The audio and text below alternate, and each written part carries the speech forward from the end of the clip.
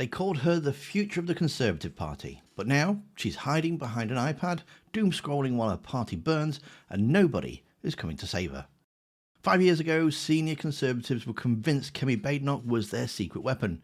She was confident, fluent, uncompromising, the anti-Starmer, a woman who didn't pause to calculate the line. She just said what she believed, and for a party obsessed with telling it straight, Kemi looked like the future.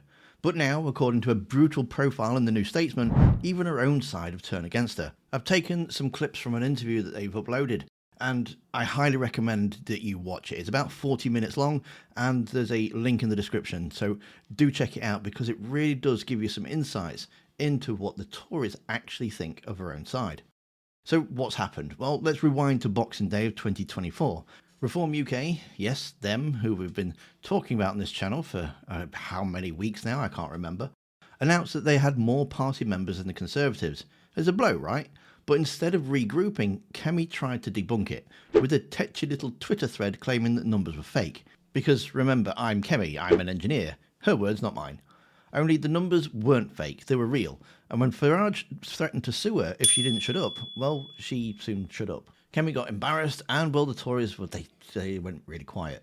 Since then, insiders say that she's gone missing in action. She's barely reachable before 11 AM, glued to her iPad, avoiding public events and scrolling through abuse that she can't handle. Her confidence shot. The fluency that they've once praised, muted. She's being outflanked by Robert Jenrick, and even her own colleagues admit now she hasn't delivered. The myth of Kemi, the tough, decisive culture warrior, is crashing into the cold, brutal reality of 14 years of Tory failure. On migration, on the economy, pretty much on everything. Because no matter how sharp her soundbites, she still can't outrun the collapse of the party that she helped prop up. And the Conservative machine behind her, well, it's clearly fallen apart. Their research department's hollowed out. The policy commissions are begging for free labours. The members are, well, mostly old and decrepit, and literally. I mean, the average age of a Tory voter at the last election was 75, and, well, many of them not going to be around for the next election.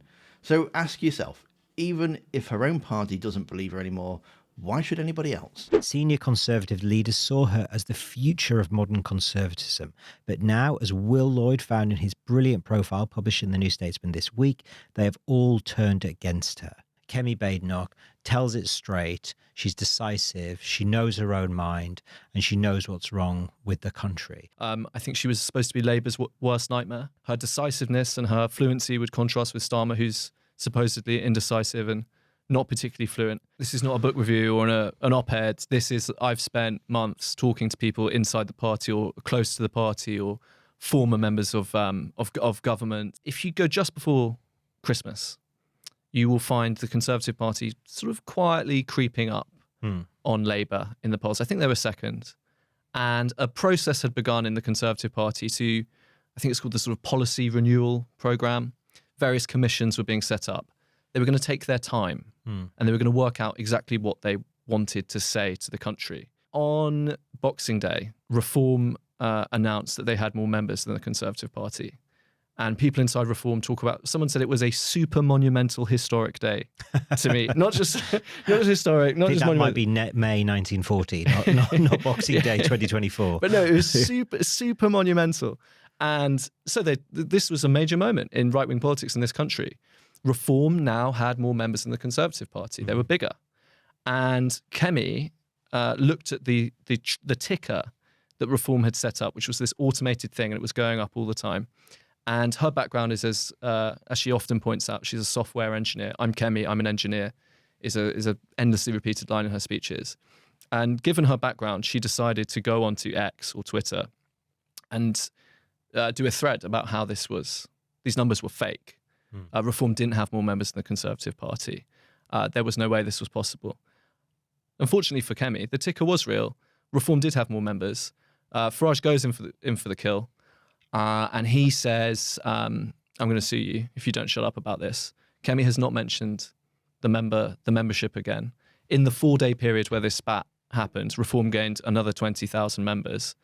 And there was just acute embarrassment on the Conservative side that she had gone out, done the things she'd been doing for years, punchy, combative, I'm right, you're wrong, except actually, no, Kemi, you were wrong. Yep. And since then, lots and lots of people I've spoken to inside the Conservative Party have said that she's retreated, she's hidden, she's on her iPad, she's in her AirPods, she's hard to reach before 11 a.m, she's hard to get out of London, she doesn't like doing things with the public. I mean, it's just a constant. She's doom scrolling. She's doom scrolling. Her husband has to read the worst tweets that she receives. And obviously, you know, she does receive some pretty nasty stuff on the internet. She can't really face this. And she's sort of confused. And there's something happening here where an idea and reality are sort of coming together. This idea of Kemi Badenoch was coming against the reality of the fact that the defeat the Conservatives suffered at the last election was worse than 1945. Mm-hmm. It was worse than 1997. It left them with the average age of a voter at that election for the Conservative Party was 75. Yeah, you know, someone in the party said to me, probably looks like a sixth of our voters in 2024 will actually have died by the time of the next election. It's utterly dire situation. We've gone into CCHQ in this piece where apparently only 2 people are doing press. The Conservative Research Department, this is now getting quite nerdy, but the Conservative Research Department, which is this sort of mighty engine of conservative thought, is headcount's way down. People are being asked to work for these policy commissions for free. The Policy Commission website has an open page where anybody can give Kemi their policies.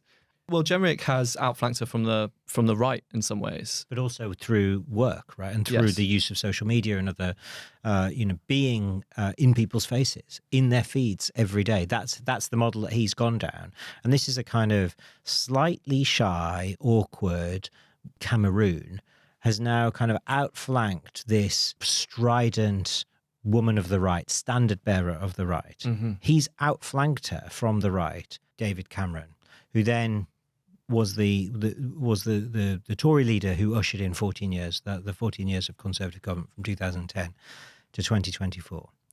Now, the fundamental problem for Kemi Badenoch is those years were a disaster, all in. And I think, and I've said it, I think, before on this podcast, I think it's completely defensible position to say it was the worst period of British government in post-war history, into quite a dark place, because all of that is starting to build up, those 2 channels of frustration at her own personal failures, that she hasn't lived up to this sort of caricature of herself, or this myth of herself, and then the failures of the Tory government for 14 years, and the fact that she is unable to sort of put some kind of distance between that and what happened, principally on the question of migration and the economy. And they are coming together into what is fundamentally a very disquieting, if not, outright worrying set of opinions about Kemi Badenoch that you discovered. If this is what the Tories think of their rising star, wait until you see what happens when she thinks all she's got left is culture wars. Could this be Kemi's actual coldest moment yet? Well, check it out in the video that's on screen now. Thanks for watching. Don't forget to hit that like button, and I'll see you next time.